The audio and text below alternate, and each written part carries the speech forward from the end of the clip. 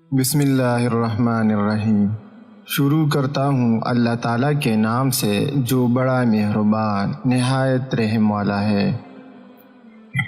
ابو موسیٰ رضی اللہ تعالیٰ عنہ سے مروی ہے کہ رسول اللہ صلی اللہ علیہ وسلم نے فرمایا، یقیناً اللہ تعالیٰ ظالم کو ڈیل دیتا رہتا ہے حتیٰ کہ جب اسے پکڑتا ہے تو پھر اس سے بھاگ نہیں سکتا۔ پھر آپ صلی اللہ علیہ وسلم نے یہ آیت تلاوت کی۔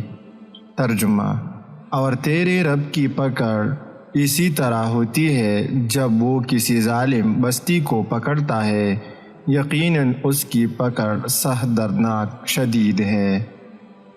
ابو ہریرہ رضی اللہ تعالیٰ عنہ سے مروی ہے کہ رسول اللہ صلی اللہ علیہ وسلم نے فرمایا، اللہ نے جب مخلوق کو پیدا فرمایا تو صلہ رحمی کڑی ہو گئی اور رحمان کے دامن کو پکڑ لیا۔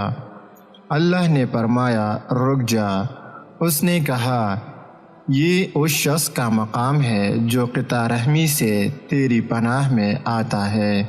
اللہ تعالیٰ نے فرمایا، ہاں، کیا تم اس بات کو پسند نہیں کرتی کہ میں اس شخص کو ملاؤں جو تجھے ملائے اور اس شخص کو توڑ دوں جو تجھے توڑے؟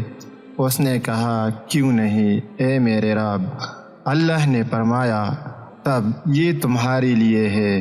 ابو ہریرہ رضی اللہ تعالیٰ عنہ نے کہا، پھر رسول اللہ صلی اللہ علیہ وسلم نے فرمایا، اگر تم چاہو تو یہ آیت پڑھ لو، اور تم سے یہ بھی بعید نہیں، اگر تمہیں حکومت مل جائے تو تم زمین میں فساد برپا کر دو اور رشتے ناطے توڑ ڈالو۔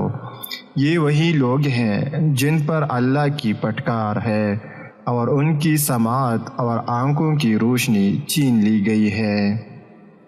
سہل بن سعد رضی اللہ تعالیٰ عنہ سے مروی ہے، انہوں نے کہا کہ رسول اللہ صلی اللہ علیہ وسلم نے فرمایا، بے شک اللہ عز و جل کرم کرنے والا ہے، کرم مہربانی اور بلند اخلاق کو پسند فرماتا ہے، جبکہ گھٹیا اور ردی اخلاق کو ناپسند فرماتا ہے۔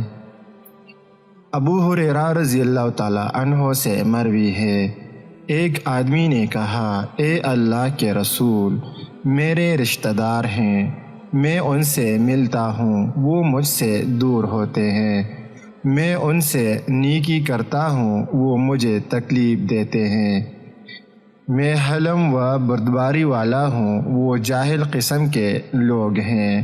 آپ صلی اللہ علیہ وسلم نے فرمایا، جس طرح تم کہہ رہے ہو اگر واقعی معاملہ اسی طرح ہے تو گویا تم نے ان کے منہ میں ہاک ڈال رہے ہو، اور جب تک تم اس کام پر ڈٹے رہو گے اللہ کی طرف سے ایک مددگار تمہارے ساتھ رہے گا۔